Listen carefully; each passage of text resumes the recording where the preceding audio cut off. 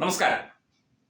ഇവിടെ ഈ ഭീകരാക്രമണത്തിന് എങ്ങനെ തിരിച്ചടി കൊടുക്കണം എന്നതിനെക്കുറിച്ച് ചില ചർച്ചകൾ നടക്കുന്നുണ്ട്. അതായത് ഇന്ത്യ ശക്തമായി തിരിച്ചടിക്കും എന്നറിയാവുന്നവർ, ഇന്ത്യ നരേന്ദ്രമോദി അങ്ങനെ കൈയും കെട്ടി നോക്കിയിരിക്കില്ല, അടിക്കടി അതിശക്തമാകും എന്നറിയാവുന്നവർക്കാണ് ഇപ്പോൾ കരച്ചിൽ. അതായത് കണ്ണിന് കണ്ണ്, കൈക്ക് കൈ, കാലിന് കാല് എന്നുള്ള നടപടിയല്ല ഇവിടെ വേണ്ടത്. ഇവിടെ നയതന്ത്രപരമായ ഒരു പരിഹാരമാണ് വേണ്ടത്, ചർച്ചകളാണ് വേണ്ടത് എന്നൊക്കെ പലരും പറഞ്ഞ്, പലപ്പോഴും മീഡിയ വണ്ണിന്റെ ചർച്ചകളിലൊക്കെ പലരും പറഞ്ഞ് ന്യായീകരിക്കുന്നത് കേട്ടിട്ടുണ്ട്. അതുപോലെ തന്നെ മീഡിയ വൺ അവരുടെ അടുപ്പുകൂട്ടി ചർച്ചകളിലും അതുപോലെയുള്ള ചർച്ചാ വിഷയങ്ങളിലുമൊക്കെ തന്നെ, ചർച്ചാ പരിപാടികളിലുമൊക്കെ തന്നെ ഇതാണ് പറയുന്നത്. വലിയ ഇന്റർനാഷണൽ വിവരങ്ങളൊക്കെ എടുത്തു വെച്ചിട്ട് പല രാജ്യങ്ങളും തമ്മിലുള്ള ബന്ധത്തെക്കുറിച്ചുമൊക്കെയാണ് പറയുന്നത്. എന്നാൽ അതിന്റെ പ്രധാനപ്പെട്ട അംശത്തിലേക്ക്, ഇതൊരു മത തീവ്രവാദ ഭീകരാക്രമണമാണ്, പാകിസ്ഥാൻ സ്പോൺസർ ചെയ്ത ആക്രമണമാണ്, ഇത് ലഷ്കർ ഇ തോബ ചെയ്ത ഒരു ആക്രമണമാണ് എന്ന് പറഞ്ഞു വെക്കാൻ, എന്ന് പച്ചയായി പറഞ്ഞു വെക്കാൻ മീഡിയ വണ്ണിനെ കൊണ്ടും മീഡിയ വൺ പോലുള്ള മാധ്യമങ്ങളെ കൊണ്ടും മാധ്യമങ്ങളെ കൊണ്ടും പറ്റുന്നില്ല എന്നുള്ളതാണ് യാഥാർത്ഥ്യം. ഇതിനകത്ത് ഒരു പോസ്റ്റ് കണ്ടു. അതായത് ഈ 71 ഇന്ത്യ പാകിസ്ഥാൻ യുദ്ധവുമായി ബന്ധപ്പെട്ടുമൊക്കെ തന്നെ, അതായത് ചില സംഭവങ്ങളൊക്കെ ഉണ്ടായി. അന്നും ചില ആളുകളൊക്കെ തന്നെ ഈ ഇത്തരം പാകിസ്ഥാനെ ന്യായീകരിച്ചുകൊണ്ട്, അന്ന് പിന്നെ വിഭജനം കഴിഞ്ഞത് അധികാലമായില്ലല്ലോ, എന്നാൽ പോലും ഇത്തരം പാകിസ്ഥാനെ ന്യായീകരിച്ചുകൊണ്ട് പാകിസ്ഥാന് വേണ്ടി ഒക്കെ തന്നെ വാർത്തകൾ എഴുതുന്ന ചില മാധ്യമങ്ങൾ അന്നും ഉണ്ടായിരുന്നു. കേരളത്തിൽ പ്രത്യേകിച്ചും മലയാളികളിൽ പലരും പാകിസ്ഥാൻ അനുകൂലികളായിരുന്നു എന്നൊക്കെ ചില ചരിത്ര സംഭവങ്ങൾ നമ്മൾ കേട്ടിട്ടുണ്ട്.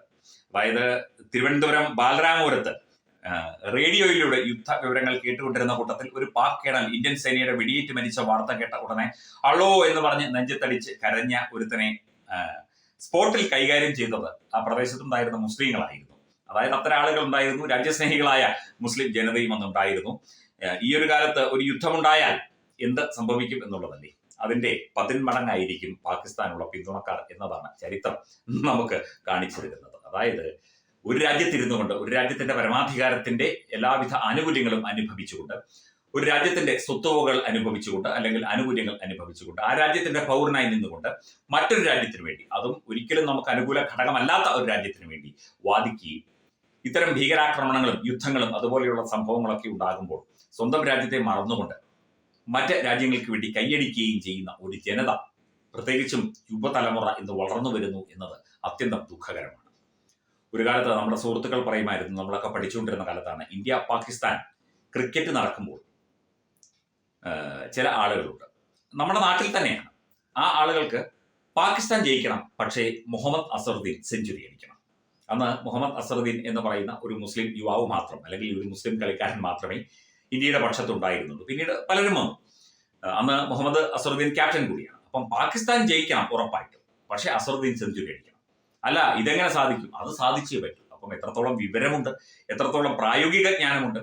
ഇപ്പം ഇന്ത്യൻ ക്യാപ്റ്റൻ സെഞ്ചുറി അടിക്കുകയാണെങ്കിൽ അന്ന് ഇതുപോലുള്ള ടോട്ടലുകളൊന്നുമില്ല. 50 ഓവർ മാച്ചിൽ വളരെ കുറഞ്ഞ ടോട്ടലുകളെ വരൂ. അതിൽ ഒരു വ്യക്തി 100 റൺസ് അടിക്കുകയാണെങ്കിൽ മറ്റു വ്യക്തികളെല്ലാം ചേർന്ന് 200 റൺസോ 250 റൺസോ അടിക്കും. അത് മറികടക്കാൻ അന്ന് വലിയ പ്രയാസമാണ്. അന്നത്തെ ക്രിക്കറ്റിന്റെ നിയമങ്ങളൊക്കെ അതുപോലെയാണ്. അപ്പോൾ പാകിസ്ഥാൻ മറുഭാഗത്താണെങ്കിൽ പാകിസ്ഥാൻ എങ്ങനെയെങ്കിലും ജയിക്കണം, അസറുദ്ദീൻ സെഞ്ചുറി അടിക്കണം, ഇതാണ് ഇവരുടെ മനസ്സ്. ഏതാണ്ട് സമാനമാണ്. ഇപ്പോൾ ഒരു യുദ്ധമുണ്ടായാലും ഇന്ത്യ നോക്കണം, പാകിസ്ഥാൻ ജയിക്കണം, ഇന്ത്യൻ പട്ടാളക്കാർ, ഇന്ത്യൻ ജനത മരിച്ചു വീഴണം, പാകിസ്ഥാൻ ജയിക്കണം എന്ന് വിചാരിക്കുന്ന മലയാളികൾ ഇന്നുമുണ്ട്. നമുക്കത് നാണക്കേട് തന്നെയാണ്. നമുക്ക് ഏറ്റവും ലജ്ജാകരമായ കാര്യം, ഇത്രയും വിദ്യാഭ്യാസമൊക്കെ ഉണ്ട് എന്ന് പറയപ്പെടുന്ന കേരളത്തിലാണ് ഇതൊക്കെ സംഭവിച്ചത്, ഇതൊക്കെ സംഭവിക്കുന്നത്, ഇനിയും സംഭവിക്കാൻ പോകുന്നത് എന്നത് അത്യന്തം വേദനാജനകം തന്നെയാണ്. Partner Edubix online executive education, focus physiotherapy centre Pattom, Unnat engineering Gujarat, തീർത്ഥയാത്ര.com, iron build Gujarat, PRS hospital Killipalam Thiruvananthapuram. 5 തലമുറകളായി നിങ്ങൾക്കൊപ്പം. തുമ്പമൺ ശ്രീ വടക്കുംനാഥൻ ക്ഷേത്രം, അമ്പലക്കടവ്, പത്തനംതിട്ട. ശ്രീമദ് സ്കന്ദപുരാണ മഹാസത്രം 2025 മെയ് 11 മുതൽ 18 വരെ. ബ്രഹ്മശ്രീ മുംബൈ ചന്ദ്രശേഖര ശർമ്മയുടെ മുഖ്യ കാർമ്മികത്വത്തിൽ മഹാഗണപതി ഹോമം, സ്കന്ദപുരാണ പാരായണം, മഹത് പ്രഭാഷണങ്ങൾ, പൂജഹോമാദികൾ, കലാസാംസ്കാരിക പരിപാടികൾ.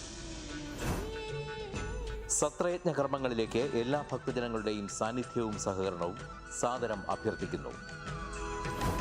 മഹാസത്രവേദിയിൽ മെയ് 18 പഴനി അരുൾമിക ദണ്ഡായുധപാണി സ്വാമി ദേവസ്ഥാന അർച്ചക സ്ഥാനികർ ശ്രീസെൽവ സുബ്രഹ്മണ്യ ശിവശാരിയാരുടെ മുഖ്യ കാർമ്മികത്വത്തിൽ നടക്കുന്ന അതിശ്രേഷ്ഠവും സർവൈശ്വര്യദായകവുമായ സ്കന്ദഹോമം. സ്കന്ദമഹാപുരാണ സത്രത്തിന്റെ ആദിമധ്യാന്തമുള്ള സമ്പൂർണ്ണ തത്സമയ കാഴ്ച തത്വമയി നെറ്റ്വർക്കിൽ.